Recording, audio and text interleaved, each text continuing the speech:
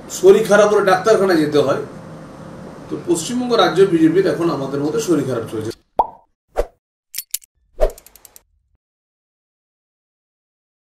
নমস্কার বন্ধুরা, আপনারা দেখছেন পারফেক্ট পলিটিক্স, সাদা বাংলায় রাজনীতির কথা। সৌমিত্র খাঁ যেটা বলেছেন যে এই মুহূর্তে রাজ্য বিজেপির শরীর খারাপ চলছে এবং এই শরীর খারাপের কারণেই কিন্তু এই যে একের পর এক বিতর্ক, এক নেতা আরেক নেতার বিরুদ্ধে কথা বলা, সেটা শুরু হয়েছে। এবং এই সৌমিত্র খাঁই কিন্তু এই যে বিজেপির অসুখের প্রসঙ্গ, অসুখের ব্যাপার, সেটা কিন্তু শুরু করেছিলেন। তো সেই সৌমিত্র খাঁর বলা বিজেপির অসুখ কিন্তু শেষ পর্যন্ত কাটতে চলেছে এবং এরই মধ্যে কিন্তু রাজ্য বিজেপির এই অসুখ সারাতে তিনটি ডোজ দিয়ে দেওয়া হয়েছে। ডাক্তার তো আসছেন, অমিত শাহ তো রাজ্যে আসছেন, শোনা যাচ্ছে যে কিছুদিনের মধ্যে হয়তো বিজেপির সর্বভারতীয় সভাপতি জেপি নাড্ডাও আসবেন। কিন্তু তার আগে রুগীকে তো বাঁচিয়ে রাখতে হবে। সেই বড় ডাক্তারের হাতে যাওয়ার আগে ছোট ডাক্তার কিংবা কোনো ওষুধ দিয়ে তো বাঁচিয়ে রাখতে হবে। আর সেই ওষুধটাই তিনটি ডোজ দিয়ে ফেলেছেন রাজ্য বিজেপির সভাপতি সুকান্ত মজুমদার। বিজেপি সূত্রে যেটা খবর, যে এই যে দলের মধ্যে আচমকাই বিতর্ক তৈরি হওয়া, দলের নেতাদের একে অপরের সঙ্গে ঝগড়ায় জড়িয়ে যাওয়া, পরস্পরের সঙ্গে তর্কাতর্কিতে জড়িয়ে যাওয়া, টুইট যুদ্ধে জড়িয়ে যাওয়া, সেটা বন্ধ করতে এরই মধ্যে রাজ্য বিজেপির তরফ থেকে কড়া ধাতানি দেওয়া হয়েছে। এবং সেই ধাতানি এসছে সরাসরি দিল্লি থেকে। ফোনে ফোনে কিন্তু রাজ্য বিজেপির নেতাদের সাবধান করে দেওয়া হয়েছে, বলে দেওয়া হয়েছে যে যাতে এই বিতর্ক আর না বাড়ানো হয়। তো সেই অসুখ সারানোর জন্যই রাজ্য বিজেপির তরফে তিনটি পদক্ষেপ নেওয়া হয়েছে, তিনটি সিদ্ধান্ত নেওয়া হয়েছে, যাতে বিজেপির মধ্যেকার যে এই যে বিতর্ক, সেই বিতর্ক অন্তত বন্ধ হয়ে যায়, চাপা দিয়ে দেওয়া যায়। যে এই অসুখ সারানোর যে তিনটি ডোজ এখন পর্যন্ত দেওয়া হয়েছে, যে তিনটি সিদ্ধান্ত রাজ্য বিজেপির তরফে নেওয়া হয়েছে, সেগুলি হলো 1 নম্বর, সামনেই 2রা মে, এবং এই 2রা মেতেই কিন্তু গত বছর বিধানসভা ভোটের ফল প্রকাশ হয়েছিল এবং সেই ভোটে তৃতীয়বারের জন্য ক্ষমতায় এসেছিলেন মুখ্যমন্ত্রী মমতা বন্দ্যোপাধ্যায়। এবং এই 2রা মেতেই কিন্তু বিজেপি রাজ্যের ভোট পরবর্তী হিংসার অভিযোগ তুলেছিল এবং সেই সময় কিন্তু সেই ভোট পরবর্তী হিংসার অভিযোগ তুলে বিজেপির নেতারা কিন্তু একাট্টা হয়ে গিয়েছিলেন। একাট্টা হয়ে সবাই কিন্তু লড়েছিলেন এবং একাট্টা হয়ে লড়েছিলেন বলেই কিন্তু ভোট পরবর্তী হিংসায় বিজেপি একটা রাজ্য সরকারের বিরুদ্ধে, শাসক দল তৃণমূলের বিরুদ্ধে কিন্তু একটা বড় জয় পেয়েছিল। সেই যে হাতিয়ার, সেই হাতিয়ারকেই ফের এবার নতুন করে বিজেপি ব্যবহার করতে চলেছে বলে খবর।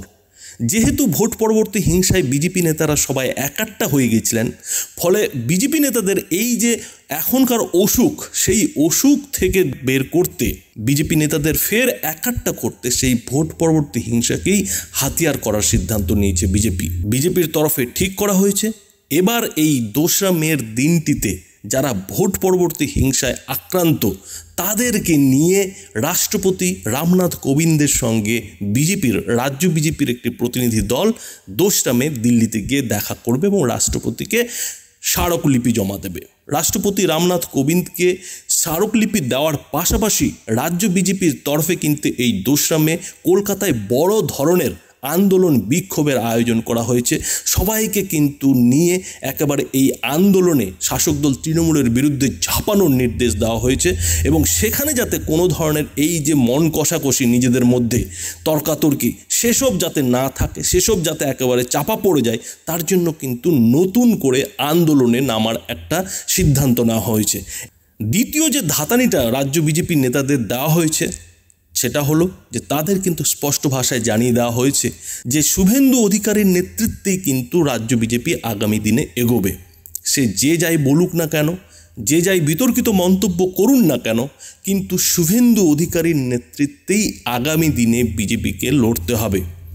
শুভেন্দু অধিকারী যে অমিত শাহের পছন্দের নেতা, সে বিষয়ে বন্ধুরা আপনাদের নতুন করে কিছু বলার নেই।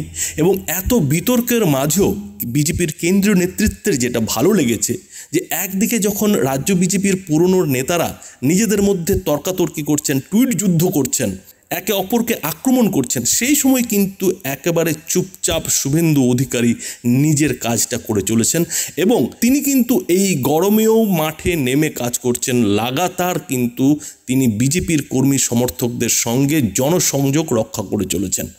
বিজেপির অন্য নেতারা কিন্তু কোনোভাবেই এই শুভেন্দু অধিকারীর সঙ্গে এই জনসংযোগের ব্যাপারটাতে পেরে উঠছে না, যেটা কিন্তু নজর রাখছে কেন্দ্রীয় বিজেপি নেতৃত্ব।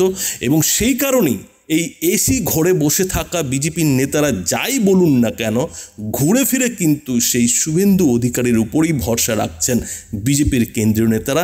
এবং অমিত শাহ বাংলায় আসার আগে তৃতীয় যে ডোজটা রাজ্য সভাপতি সুকান্ত মজুমদারের মাধ্যমে কেন্দ্রীয় বিজেপির নেতারা দিয়েছেন, সেটা হলো এক্ষুনি একে অপরের বিরুদ্ধে মুখ বন্ধ করা। রাজ্য বিজেপির নেতাদের কিন্তু স্পষ্ট ভাষায় বিজেপির কেন্দ্রীয় নেতারা জানিয়ে দিয়েছেন যে এই মুখ বন্ধ না করলে কিন্তু খুবই খারাপ অবস্থা হবে এবং বিজেপির যে শৃঙ্খলা কমিটি, সেই শৃঙ্খলা কমিটি কিন্তু ব্যবস্থা নেবে, পদক্ষেপ নেবে, তা তিনি যত বড়ই নেতা হন না কেন। এবং তারপরেই কিন্তু বন্ধুরা আপনারা খেয়াল করেছেন যে তথাগত রায় ফের দিলীপ ঘোষকে আক্রমণ করলেও দিলীপ ঘোষ কিন্তু আর পাল্টা আক্রমণে যাননি, কিংবা দিলীপ ঘোষ সুকান্ত মজুমদারকে আক্রমণ করলেও সুকান্ত মজুমদার কিন্তু পাল্টা কোনো আক্রমণ দিলীপ ঘোষকে করেননি।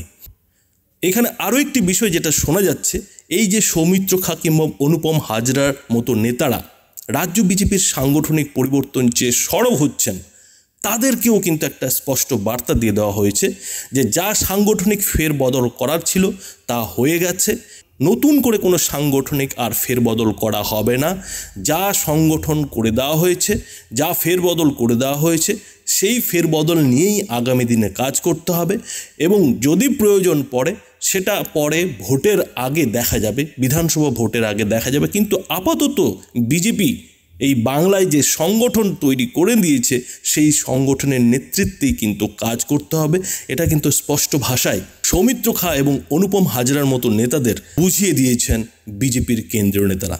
একই সঙ্গে কিন্তু শুভেন্দু অধিকারী যেভাবে কাজ করছেন, তিনি যেভাবে নিজের মতো করে পুরো ব্যাপারগুলো সামলাচ্ছেন, জনসংযোগ করছেন, তাকে কিন্তু তার মতোই ছাড় দেওয়া হয়েছে। এবং শুভেন্দু অধিকারী যে ঠিক পথে চলছেন, শুভেন্দু অধিকারী যে পথে জনসংযোগ করছেন, সেই পথটাকেই কিন্তু রাজ্য বিজেপি নেতাদের কাজ করতে বলেছেন বিজেপির কেন্দ্রীয় নেতারা, এমনটাই কিন্তু বিজেপি সূত্রে খবর। বন্ধুরা, এই বিষয়ে আপনাদের মতামত অবশ্যই ভিডিওটি নিচে কমেন্ট বক্সে লিখে জানাবেন। ধন্যবাদ।